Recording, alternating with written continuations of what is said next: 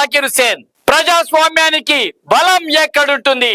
Vote హక్కును పారదర్శకత్వంతో పరిపాలించే నాయకులకు వేయకుండా ఛాందసవాదులకు, కార్పొరేట్ శక్తులకు, వ్యాపారస్తులకు, మోసగాళ్లకు, నేరస్తులకు, చిల్లర డబ్బులకు ఆశపడి ఓటు నమ్ముకుంటే సమస్యలు వస్తే నువ్వు ఎన్నుకున్న నాయకుణ్ణి ఎలా ప్రశ్నిస్తావు? అభివృద్ధి చేయమని ఎలా ఆశిస్తావు? కోట్ల రూపాయలు ఖర్చు పెట్టి రాజకీయాలలోకి వచ్చినోడు మీ ఓట్లను డబ్బులిచ్చి కొన్నవాడు సమాజ సేవ చేస్తాడా? అభివృద్ధి పనులు చేస్తాడా? ప్రజలకు అండగా ఉంటాడా? ఒక్కసారి ఆలోచించు. ఓటును అమ్ముకుంటే ప్రశ్నించలేవు. నీ విలువ నీవే తాకట్టు పెట్టుకున్నట్టే అని ఒక వేశ్య తన ఆవేదనలో పేర్కొంది. ఆ యొక్క వీడియో వైరల్ అవుతుంది. ఓటు విలువ గురించి ఒక వేశ్య తన పడక వృత్తితో ఒళ్ళు అమ్ముకోవడానికి ఓ పవిత్రమైన ఓటు హక్కును చిల్లర డబ్బుల కోసం అమ్ముకునే వాడికి పెద్ద తేడా ఏమీ లేదంటూ 5 సంవత్సరాల ఓటు విలువను కేవలం చిల్లర రూకలకు అమ్ముకొని బిచ్చగాడి కంటే అధ్వానంగా ఓటు హక్కును అమ్ముకునే వారికి గురించి కంపేర్ చేస్తూ సోషల్ మీడియాలో ఇటీవల ఒక వార్త వైరల్ అవుతున్న ఆ వేశ్య ఆవేదన గురించి SS9 చూసింది, అబ్జర్వ్ చేసింది. అది ప్రజానికానికి పనికొస్తుందని మీ వద్దకు తీసుకొస్తుంది. దాని గురించి ఏదో ఇప్పుడు తెలుసుకోబోతున్నాం. ఆ వేశ్య మనోగతం, ఓటే వజ్రాయుధం, ప్రజాస్వామ్యానికి పరమ ఔషధం, రేపటి భవిష్యత్తుకు దిక్సూచి మార్గదర్శి. అధికారం ఇచ్చేది ఓటే, అధికారం నుంచి దించేది ఓటే, సంపదల సృష్టించేది ఓటే, సమస్యలను తీర్చేది ఓటే. అందుకే ఓటు లేకపోతే చోటు లేదు, రాజ్యాంగానికి దారి లేదు అని అంటూనే చిల్లర డబ్బుల కోసం ఓటు నమ్ముకునే వారి జీవితంతో వేసి అయిన నా జీవితం పోల్చుకుంటే ఎంతో విలువతో కూడుకున్నదో అని తన మనసులోని మాట సోషల్ మీడియాలో తాను పంచుకుంది. ఆ పంచుకున్నటువంటి విషయం వైరల్ గా మారింది. ఈ విధంగా తన బాధను ఓటు గురించి మొదలుపెట్టింది. ఈ మధ్య రాజకీయాలలో కులం, మతం చర్చ ఎక్కువ. మా కులం వాడే రాజ్యాధికారాలు చేపట్టాలి, మా కులం వాడే అధికారంలో ఉండాలనే దరిద్రం, శాడిజం పెరిగిందని, ప్రజాస్వామ్యంలో అన్ని కులస్తులు, అన్ని మతస్థులు ఓట్లు వేస్తేనే ఎమ్మెల్యేలు, ఎంపీలు అవుతారని రాజ్యాధికారాలు చేపడతారు.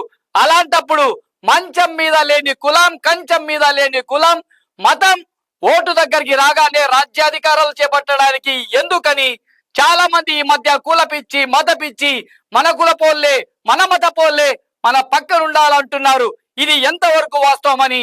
కానీ తమ కామవాంఛ తీర్చుకోవడానికి ఏమో ఏ కులంతో ఏ మతంతో పని లేదు, అది అడ్డు రాదు. ఎవరైనా సరే ఆడది ఉంటే చాలనే నీచ వ్యవస్థలో మనం ఉన్నామని ఆ వేశ్య పేర్కొంటుంది. వేశ్యనైన నేను డబ్బులు తీసుకొని సుఖాన్ని మీకు ఇస్తున్నాను.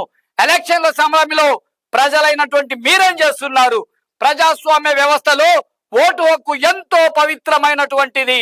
దేశ భవిష్యత్తును, రాజ్యాంగాన్ని కాపాడుతుంది అంటారు. అటువంటి ఓటు హక్కును 5 సంవత్సరాలకు ఒకసారి కుల మత పిచ్చి లేని, కుల మతాలకు అతీతంగా ప్రజా శ్రేయస్సు కోరే మంచి పాలకులకు ఎన్నుకోవాలి.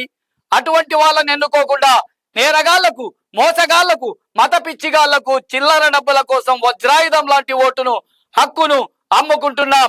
మన భవిష్యత్ తరాల వారికి భవిష్యత్తు నిర్ణయించే ఓటు హక్కును ముందు వెనక ఆలోచించకుండా ఒక రోజు బిర్యానీ కోసం, మందు కోసం అడుక్కు తినే బిచ్చగాని కంటే ఓటర్ అయిన మేము తక్కువ అన్నట్టు 5 సంవత్సరాల మీ భవిష్యత్తు నిర్ణయించే ఓటును ఒక రోజు బిర్యానీ, మందు కోసం నీవు నీ పవిత్రమైన ఓటును 1000 రూపాయలు అంటే 1825 రోజులు మిమ్మల్ని మీ పాలకుడు పరిపాలించడానికి ఒక్క రోజుకు నీకు ఎంత పడుతుందో తెలుసా?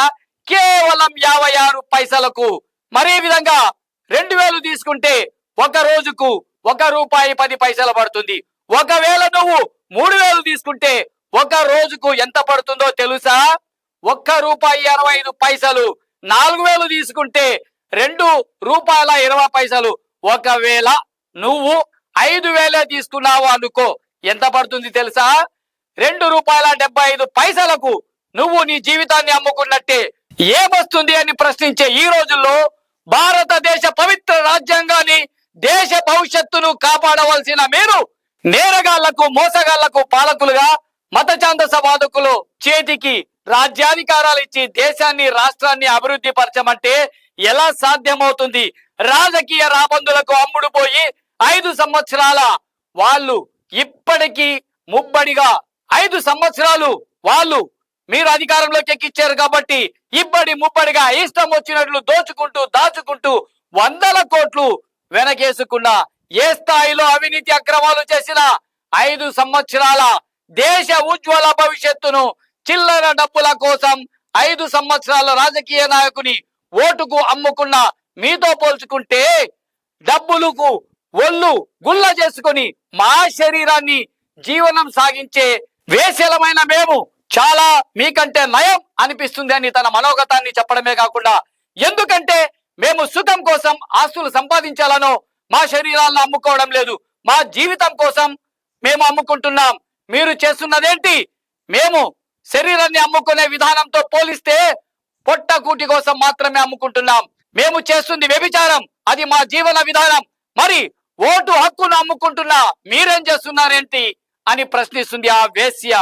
దేశ అభివృద్ధికి దేశ జీవితాలకు దశ దిశ భవిష్యత్తు నిర్ణయించే పవిత్రమైనటువంటి ఓటు హక్కును అమ్ముకున్న వాళ్ళు ఎవరు?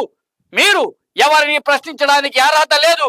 బిచ్చగాళ్ల కంటే ఓటు హక్కును అమ్ముకుంటున్న వాళ్ళు వాళ్ళ దశ అధమ స్థానమని అధమ దశ అని ఆ వేశ్య ఆవేదనతో కూడుకున్న ఆ పోస్ట్ ఇటీవల సోషల్ మీడియాలో వైరల్ కావడం జరుగుతుంది.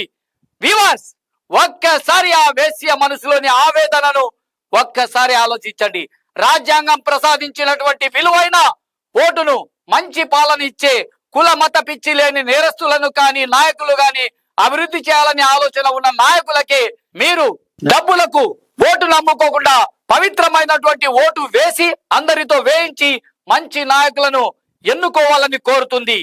కాబట్టి ఒక వేశ్య ఆవేదన గురించి మనం ఈ రోజు సోషల్ మీడియాలో వచ్చినటువంటి వార్తలు చూసాం. కాబట్టి ఆ యొక్క వార్తలను ఆ యొక్క విషయాన్ని SS9 న్యూస్ మీ ముందుకు తీసుకురావడం కోసం, ఎందుకంటే పవిత్రమైనటువంటి ఓటు అమ్ముకోకుండా మీ అందరూ మీ ఓట్లను నిజాయితీతో నిబద్ధతతో పాలన చేసే నాయకులకు వేయాలని చెప్పి మీరు ఇది తెలుసుకుంటే ఖచ్చితంగా మంచి చేస్తారు, ప్రజాస్వామ్య విలువలు కాపాడతారని మేము కోరుకుంటున్నాం.